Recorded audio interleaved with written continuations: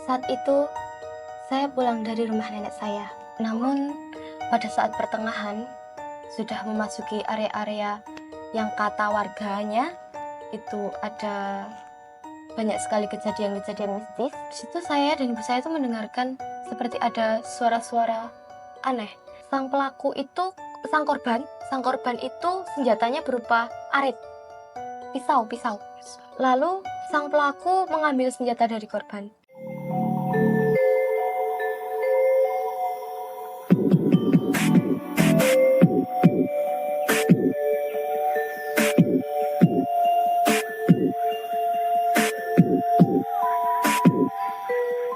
Pemirsa, kali ini kita kedatangan tamu yang mempunyai kisah misteri. Maka dari itu, jangan skip video kali ini, siapa tahu kita bisa mengambil hikmah dari kisah yang akan disampaikan oleh bintang tamu kita pada kali ini. Sebelum itu, dengan siapa saya berbicara dan kisah apa yang akan Anda sampaikan kepada pemirsa kali ini? Saya Devita. Kali ini saya akan menceritakan kisah mistis yang pernah saya alami. Kisah seperti apa yang pernah Anda alami sebelumnya? Bolehkah saya menceritakan kisah saya kepada pemirsa? Silakan. Kisahnya dimulai pada saat malam hari. Saat itu, saya pulang dari rumah nenek saya. Pada awal perjalanan, saya merasa tidak ada kejanggalan yang terjadi. Namun, pada saat pertengahan, sudah memasuki area-area yang kata warganya itu ada banyak sekali kejadian-kejadian mistis. Saya mencoba melewati jalan tersebut dengan ibu saya. Selain untuk mempersingkat waktu, untuk membuktikan apakah yang mereka bicarakan itu benar. Pertama, saya melewati sebuah gereja. Di gereja itu terdapat jalan turunan. Di jalan turunan tersebut, sepeda yang harusnya ringan terasa berat. Lalu, pada saat melewati sebuah jembatan yang kanan kirinya adalah sawah, di situ saya dan ibu saya itu mendengarkan seperti ada suara-suara aneh. Selain suara malam, seperti suara hewan-hewan malam, saya mendengar adanya suara jatuh dan suara orang mencangkul. Di sebelah situ terdapat sebuah bangunan tua, di mana bangunan tersebut, kata warga daerah situ, adalah bekas kandang hewan, kandang babi katanya. Karena ibu saya merasa penasaran, maka ibu saya berhenti. Saya merasa ada yang mengawasi. Saya bilang pada ibu saya, "Bu, lanjutnya peteng-peteng kayak gini." Ibu saya melanjutkan perjalanannya, namun tidak secepat sebelumnya. Kecepatan sepeda, kata ibu saya, tidak bisa ditambah. Setelah itu, saya sudah sampai di ujung jalan yang tadinya gelap, sekarang sudah terang, diterangi oleh cahaya-cahaya lampu rumah warga. Tapi tidak sampai di sini cerita saya. Masih ada lagi. Setelah sampai di ujung pemukiman warga, saya melewati satu jalan lagi, di mana jalan tersebut hanyalah dipenuhi pepohonan dan juga tanaman-tanaman yang tinggi. Di sana hanya ada satu bangunan, yaitu sebuah sekolah TK. Di tengah perjalanan, awalnya juga baik-baik saja. Namun, semakin masuk ke dalam, maka lampu motor ibu saya mati seketika. Ibu saya merasa janggal. Ibu saya mematikan motornya lagi. Sekitar beberapa lama di sana untuk mengawasi adakah orang yang lewat. Karena jalan gelap, tidak memungkinkan bagi ibu saya untuk melanjutkan perjalanan. Karena dirasa sudah tidak ada orang yang lewat, maka ibu saya melanjutkan perjalanannya. Di sepanjang perjalanan, kami mendengar orang berbicara dan merasa bahwa dari tadi itu di pohon-pohon itu merasa kayak ada yang mengawasi. Dari satu pohon ke pohon yang lain, sepertinya mereka itu bergantian untuk mengawasi. Entah itu makhluk seperti apa wujudnya, kami tidak mengerti. Tapi Mbak Devita lewat jalan itu sebenarnya disengaja karena ingin membuktikan apakah rumor-rumor dari warga itu benar atau salah. Selain untuk membuktikan, karena hari sudah larut malam, maka saya dan ibu saya memilih jalan singkat, jalan pintas gitu. Berarti jalan itu adalah jalan yang paling dekat untuk menuju rumahnya Mbak Devita, seperti itu. Iya, jalan singkat lah. Setelah itu, sampailah kita di ujung jalan. Di sana sudah tidak terlalu gelap, namun rumah warga masih sangat jarang. Di situ, motor ibu saya sama sekali belum menyala, belum ada tanda-tanda bahwa lampunya akan menyala lagi. Merasa curiga, kami berhenti lagi di situ. Nah, berhentinya itu tepat di depan sebuah sawah. Bukan sawah sih ya, kayak tebu-tebuan gitu.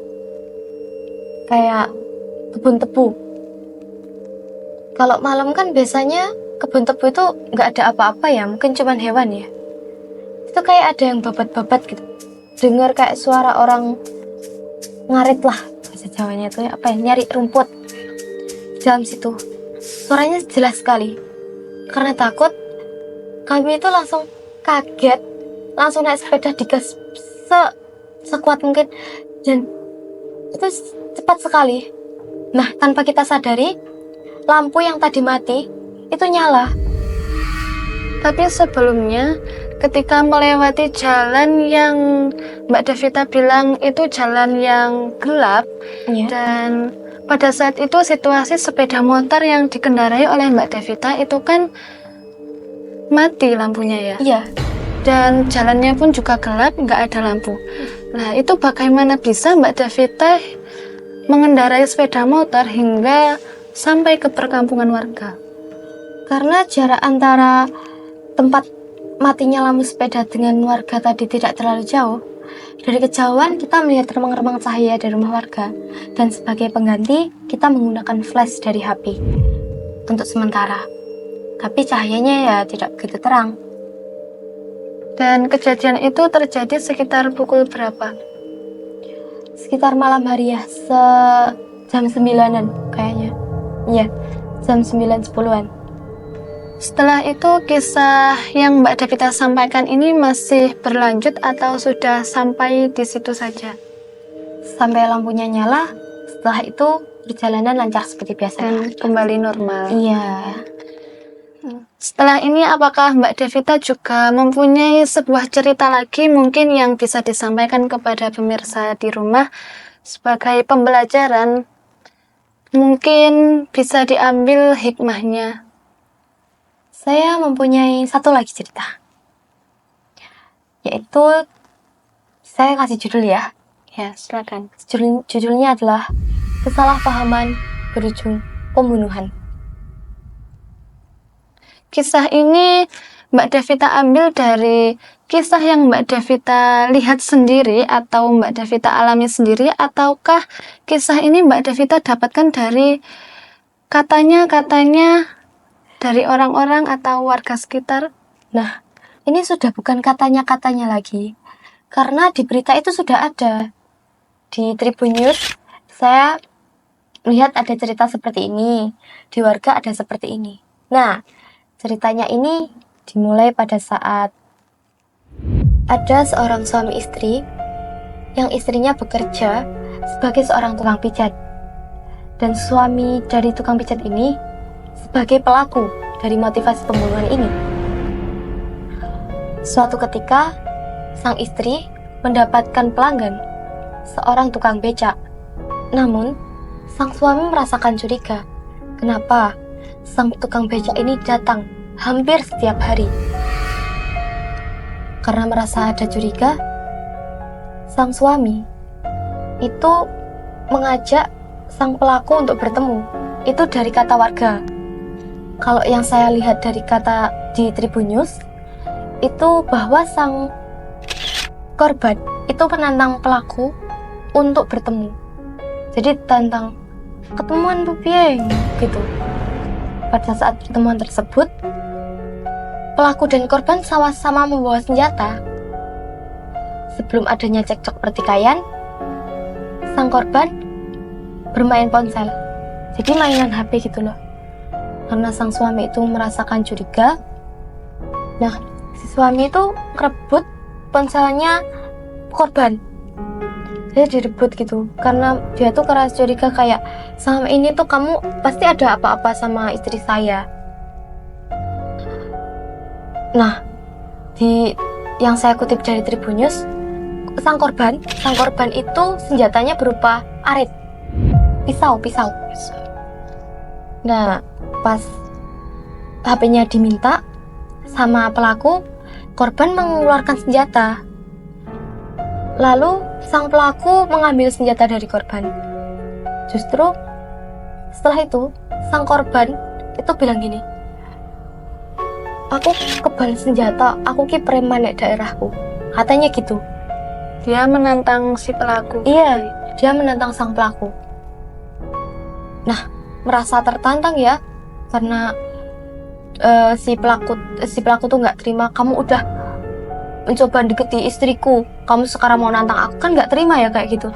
Nah, di Tribun, saya kutip dari Tribun News bahwa sang pelaku pulang untuk mengambil linggis, tapi dari kata warga bahwa sang pelaku itu sudah membawa linggis, tidak ingin bertemu. Kalau dari Tribunnews.com, sang pelaku itu sempat untuk kembali pulang mengambil senjata. Iya, sang pelaku sempat pulang, tapi warga bilang bahwa sang pelaku ini sudah membawa linggis sejak berangkat untuk bertemu sang korban. Namun kan warga tidak mencurigai ya, tidak curiga. Lalu bagaimana bisa itu si pelaku pulang setelah bertemu dengan si korban? Dengarkan dulu ceritanya. Setelah itu, sang pelaku memukul korban dari belakang menggunakan linggis. Entah itu beberapa tusuk, saya tidak tahu. Tapi pada saat itu, sang korban belum meninggal. Setelah itu, sang pelaku menghantamkan kayak dijedokin gitu loh. Bahasanya gimana ya? Menghantamkan kepala sang korban pembatas sawah, sehingga korban itu meninggal itu secara pelan-pelan. Nah, korban meninggalkan pelaku di TKP. Sepertinya begitu karena warga bicara bahwa korban ditemukan di pembatas sawah. Dan itu korban langsung meninggal di tempat atau masih sempat dilarikan ke rumah sakit? Ya, begini. Jadi setelah korban meninggal, pelaku membuang becak dari sang korban tersebut ke sungai. Setelah itu, sang pelaku pulang. Nah, pulangnya ini tuh kan terjadi sekitar sudah malam sekali ya. Kepulangannya tidak diketahui dan tidak dicurigai. Jadi kayak mereka tuh nggak bau-bau gimana gitu kan, seharusnya kalau habis membunuh orang bau amis apa gimana ya, itu nggak bau apa gimana saya nggak tahu, pokoknya pulang tuh nggak dicurigai. Setelah itu, setelah beberapa hari, nah korban baru saja ditemukan dan kejadian tersebut baru saja diselidiki. Setelah mendapat laporan dari warga, polisi datang untuk menyelidiki.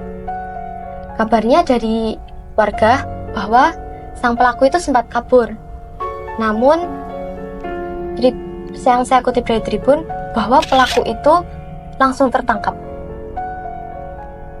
Dari yang Mbak Davita sampaikan tadi, bahwa pelaku itu kembali pulang dengan baik-baik saja tanpa ada yang mengetahui. Betul seperti itu? Iya. Dari para warga yang mungkin mendapat cerita dari keluarga mereka sendiri bahwa sang pelaku itu pulang lewat pintu belakang dan pulangnya tidak diketahui oleh keluarga sendiri. Berarti ada saksi yang melihat kejadian itu sehingga bisa dimintai keterangan oleh pihak kepolisian. Pihak kepolisian meminta keterangan dari beberapa warga yang ada di sana, yang mungkin mengetahui keberangkatan mereka bertemu, lalu kejadian sedikitnya seperti apa. Namun di sana sepertinya ada saksi mata, karena beberapa warga itu mengatakan bahwa mereka itu berangkat sekitar maghrib. Iya, ba'da maghrib itu di sana masih ada anak kecil tuh main layang gitu. Setelah mereka mengetahui bahwa ada orang yang datang, anak kecil itu pergi dari daerah situ, tapi mungkin masih ada di sekitar situ.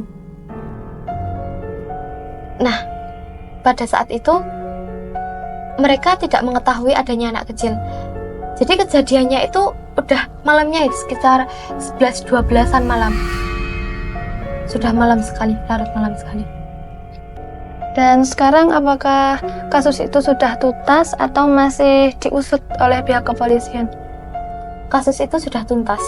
Jadi pelaku sudah ditemukan dan sudah diberi hukuman.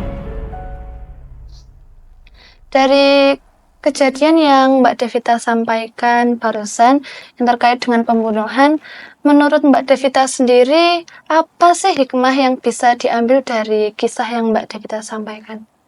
Jadi hikmah yang bisa kita ambil dari cerita tersebut, berpikirlah sebelum bertindak, karena apa yang kamu lakukan, kamu tidak boleh menyesalinya.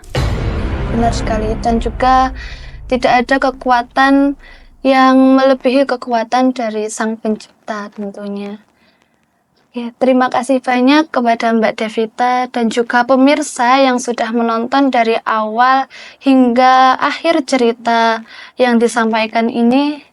Semoga kita bisa mengambil hikmah dan bisa mengambil hal-hal yang positif dari kisah yang disampaikan Mbak Devita ini.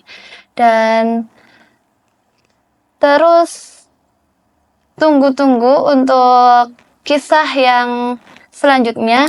Bakal ada bintang tamu lagi yang membawakan sebuah kisah yang tentunya lebih misteri. Terima kasih.